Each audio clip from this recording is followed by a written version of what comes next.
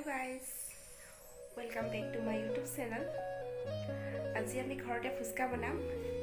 আমি কেনেকৈ ফুচকা বনাও তাৰ ৰেচিপি এটা আপোনালোকক দেখাম আৰু নিজেও খাম।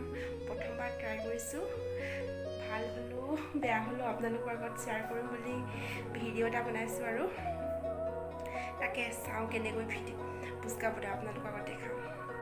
আমি ইয়াত আলু বইল কৰি লৈছো, আলু আৰু মটৰ বইল কৰি লৈছো।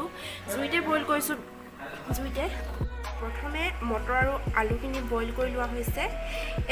এই আলুখিনিৰ বাকলিবোৰ এৰুৱাই দিয়া হ'ব, অলপ খন্তেক পিছতে এৰুৱাই দিম। ইয়াত চাট মছলা, জিৰা গুড়ি, নিমখ, জলকীয়া গুড়ি দিয়া হ'ব। তাৰপিছত কেনেদৰে ৰেচিপিটো বনাওঁ আপোনালোক শ্বেয়াৰ কৰিম লাহেকৈ। দোকানৰ পৰা কিনি অনা পুৰিকেইখন মানে ফুচকাকেইটা